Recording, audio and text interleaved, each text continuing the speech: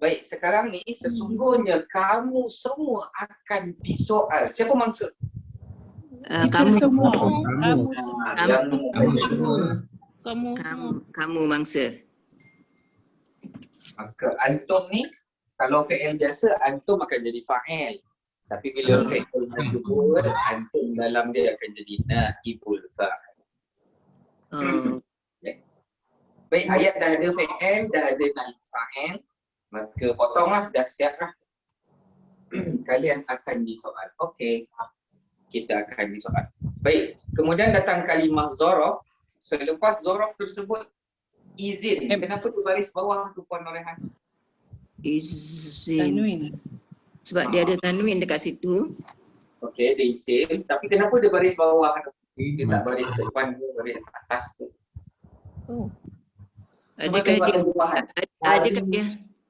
Adakah dia majrur, Ustaz? Majrur tak boleh sebab yaum bukan jar. Ya. Bersandar. Ya, izin. Kenapa dia baris? Dia bersandar. Ayuh, sebab apa? Dia Hari mudah. apa? Hari tersebut tau. Hari iaitu hari kiamat lah. Maka berbaris Dia bawah. bersandar. Sebab dia mudhaf ke, Ustaz? Dia MI. Mudhafun ilaih. Bukan Mudhaf. mudhaf. Mudhaf ilaih. Mudhafun ilaih. Kemudian datang pula huruf jar. Selepas jar apa? Majrur. Majrur. Okey, bagulah kita bawa An-Na'im tu berbaris bawah kerana dia majrur. Majrur. Mana sempurna lah ayat ni. Semua peranan semua cukup. Senang aja. Juga, Ustaz. Oh dia? Susah juga. Ustaz, aku nak tanya. MI tu tadi sebab dia tanwin baris bawah.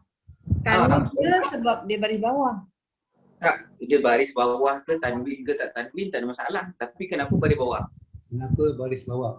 Kan memang baris bawah kan? Baris bawah ada dua sebab dalam Quran. Majrur, MI. Oh, Okay, Ustaz. Sekarang ni kita nak majrur ke MI. okey. Ini sesuai MI lah, tempat sandar. Hari apa? Hari kiamat. Pada hari kebangkitan tersebut lah. Majrur atau MI. Okay. Apa dia?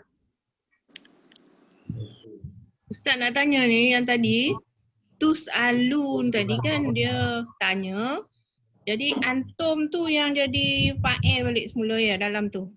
Dalam tu kalau fi'il majhul dia tak ada fa'il, dia ada naib fa'il. Jadi naib lah. Okey. Kita pernah terang dulu kot yang naib fa'il ni dia adalah perbuatan yang tidak boleh disebut pelakunya. Tak boleh sebut. Dia tak boleh kita katakan, kita tak boleh kata macam ni tau. Ikan itu telah dimakan Ahmad. Kita tak boleh sebut nama Ahmad tu. Orang yang makan tu tak boleh sebut. Faham tak? Jadi antum tu naib fa'il, bukannya fa'il kan? Tak boleh. Kalau fa'il memang salah. Fa'il majhul tak boleh sebut fa'il. Kita tak boleh keluarkan lafaz fa'il tu balik. Jadi Contoh macam ni, kita tak boleh kata selipar itu telah dicuri oleh Ahmad. Ahmad tu tak boleh. Dalam bahasa Arab tak boleh keluarkan kalimah Ahmad. Kalau keluarkan totally salah. Fi'il majhul, fi'il yang pelakunya tidak disebut. Bukan sebab tak tahu. Tapi memang dia tak sebut. Macam tak sampai tu. Sampai Ustaz. Sampai Ustaz. Kalau kita nak sebut pelaku dia, kita kata Ahmad curi selipar. Okey? Tapi kita kata selipar dicuri Ahmad, tak boleh. Dia bagi dia Bahasa Arab tak boleh macam tu. Bahasa Arab fi'il majhul tidak akan sama sekali menyebut pelaku. Tapi understood Ustaz Dulu saya pernah terang tu, kenapa tak disebut pelaku dia tu? pada depan. Dah tahu. Okey, dah tahu antara je. Boleh. Salah satu sebab fa'il tidak disebut adalah kerana semua orang dah tahu. Boleh. Oh, Apa lagi sebab kita gunakan fa'il majhul? Majhul. Sekejap. Dia macam penegasan Ustaz.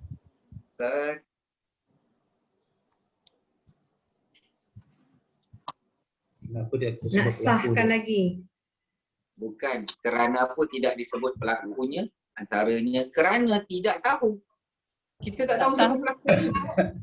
I mean dia umum lah. Umum lah Ustaz, umum. Dia sebagai umum ke? Umum. Apa dia? Umum lah benda ni, umum. Maksudnya tidak tahu tu umum lah. Contohlah kan, kawan kita selipar hilang time solat Jumaat. Dia tanya kita, kau nampak tak kasut aku baru beli 400 tu ke? Aku rasa kasut kau telah dicuri. Kita tak tahu siapa. Jadi fi'il majhul ni digunakan untuk ayat yang kita mungkin tak tahu pelaku dia. Satu, sebab tidak disebut pelakunya. Ataupun yang kedua, kerana semua orang dah tahu siapa pelaku. Ingat lagi tak? Ke dah tak ingat? Ingat. Ada Ustaz dapat. Cuba tengok Pasif. buku jauh lama itu tu. Rasanya ada fi'il majhul. Ada. saya tak ingat. Saya tak sebut. Kalau tak ingat kita tulis balik fi'il majhul. Ada dia pasif. Dia pasif. Alun dia majhul. Nama dia betul lah. Dia majhul. Fi'il majhul. Fi'il majhul ni apa dia? Dia adalah pasangan dia naibul fa'il. Pasangan dia adalah naibul fa'il. Naibul fa'il. Yang ni memang pasangan dua sejoli dah. Dan naib fa'il ujung dia baris depan. Boleh. Kita dudukkan asal dia baris depan. Baik, apa itu fi'il majhul sebelum tu?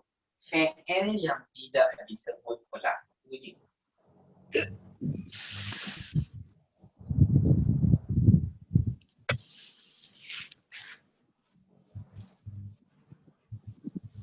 Jadi kalau jumpa fi'il pelakunya iaitu fa'il.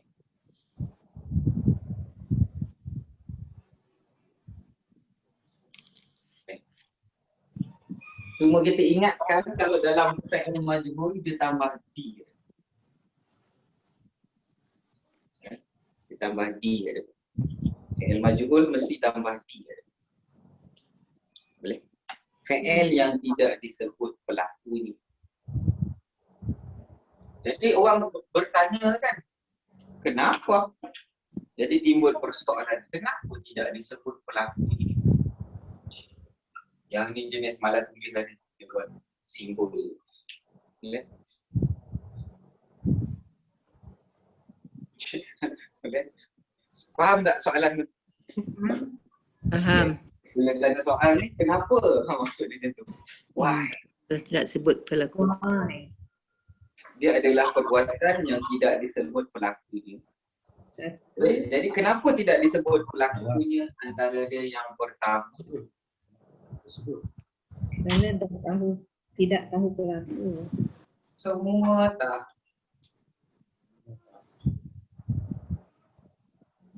Boleh? Semua tak. Tahu.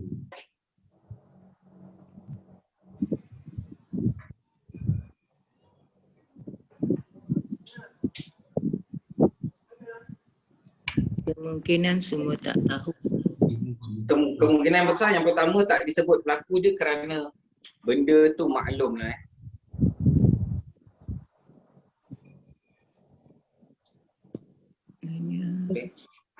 Contoh macam ni, Allah sebut dalam Quran, diciptakan manusia itu dalam keadaan yang lemah.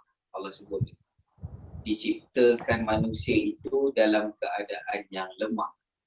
Ini Allah sebutlah wa khuliqal insanu dha'ifa. Allah sebut itu. Jadi semua orang tahu siapa yang cipta, betul tak? Siapa yang cipta manusia? Allah.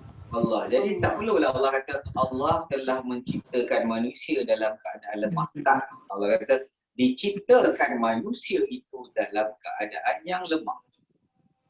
Jadi diciptakan manusia, manusia akan menjadi naib fa'il. Oh. Bangsa. Maka situ tak perlu sebut kalimah Allah kerana semua orang dah tahu. Macam ada saya ada seorang, saya pernah cerita dulu yang saya ada seorang sepupu yang suka makan timun. Pernah dengar cerita? Saya ada seorang sepupu, dia kerja dia makan timun je. Pernah jumpa tak orang macam tu? Saya pernah jumpa. Tak pernah. Saya ada Tahap yang sedap dah tak tahu lah timun. saya ada seorang kawan Terengganu. Dia buat ulam timun. Kawan saya tu tengok TV makan timun. Dalam poket dia timun je tu. Saya pun tak tahu apa benda lah. Saya tengok aja kalau kita orang tengok TV tu dia tengah kap. Betul, ish. Boleh makan timun. Semua orang tahu tau dia makan timun. Jadi tiba-tiba satu hari nenek saya tanya, "Ni, timun mana kat rumah ni?" Maka saya cakap dengan nenek masa tu, "Nenek, macam biasa timun telah habis dimakan." Saya tak perlu pun sebut sepupu saya tu sebab semua orang faham. Orang dah tahu. Makcik Boleh Lemon. masa tu saya boleh pakai FL maju. Oh.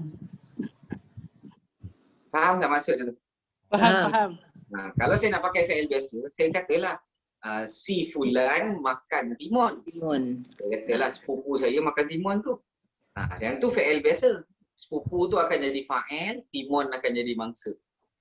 Tapi bila kita kata timun telah selesai dimakan, maka saya pun tak sebut nama pelaku dan timun akan menjadi naibul fa'il. Naibul fa'il. Macam senang ke macam tak senang sampai faham? Boleh. Okey, bila semua orang tahu, kita tak payah, kita boleh pakai fa'il majhul. Boleh? Baik, kemudian yang kedua, sebab apa digunakan lagi fa'il majhul adalah kerana tidak tahu. Pelaku dia tak tahu.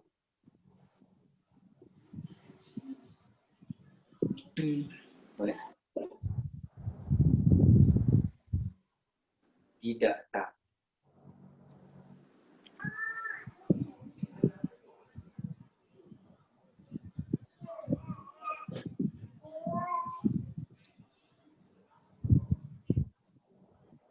Baik, contoh macam yang kes lipa hilang tu lah.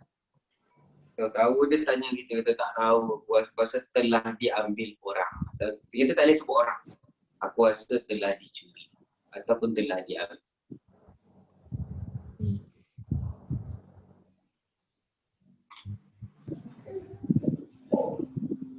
Boleh? Kemudian apa lagi sebab pelaku tak disebut.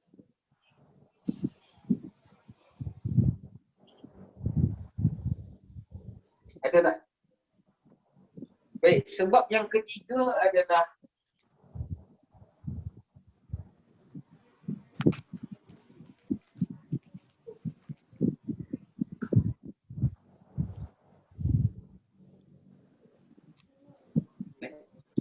pura-pura tidak tahu, pura-pura dalam perang.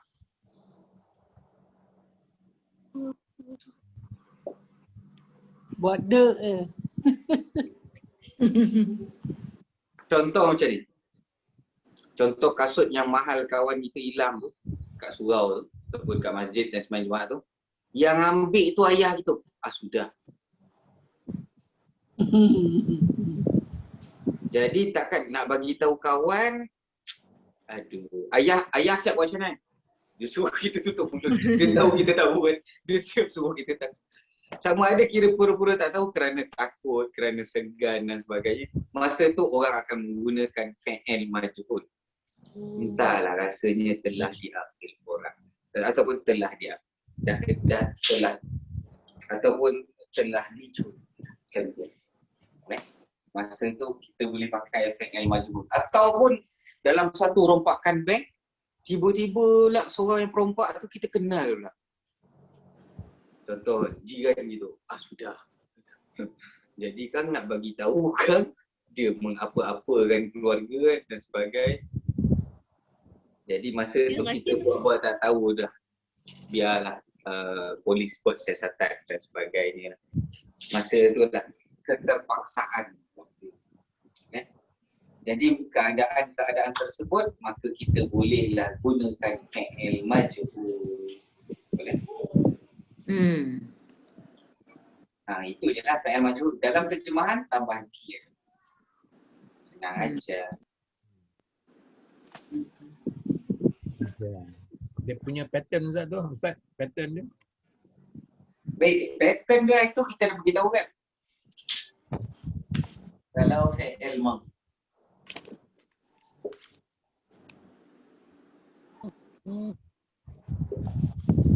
Fi'il madhi ni maknanya madhi majhul kan. Majhul. fi'il mudhari' majhul. Fi'il madhi dan mudhari'. Macam mana kita nak bentukkan fi'il tu jadi fi'il majhul?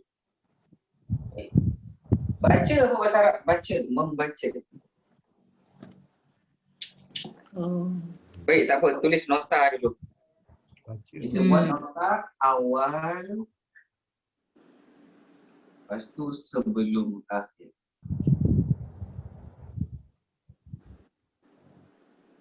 Yang ni awal, ini sebelum.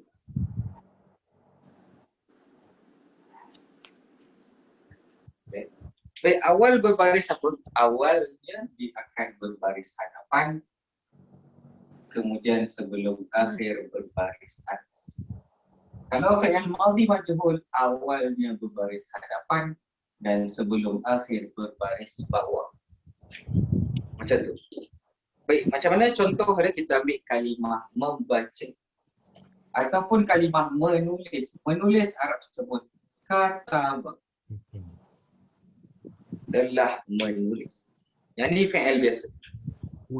Kutiba. Kataba. Jadi kataba tu nak dijadikan menulis, kemudian kita nak tukar terjemah jadi ditulis. Maka kataba tu tadi tu tukarkan baris dia. Pertama tadi baca baris apa tadi? Kutiba. Kaf tu baca baris depan. Dan sebelum akhir baca baris Bawah. baca baris bawah.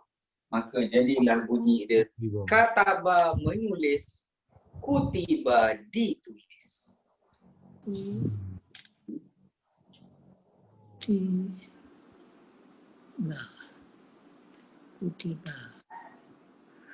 Kutiba. Boleh? Ada pun fi'il mudhari' daripada kataba dia akan jadi bunyi yaktubu. Depan. Baris. Yaktubu.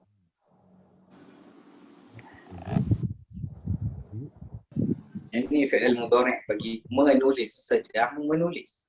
Tapi kalau kita kata sedang ditulis, maka salin balik ayat tadi. Sedang menulis. Maka dia mula awal dengan baris apa? Depan. Awal dengan baris depan, sebelum akhir baris apa? Baris atas. Baris atas, maka ta baris atas. Yuktabu. Yuktabu. Kataba, kutiba, yaktubu, yuktabu.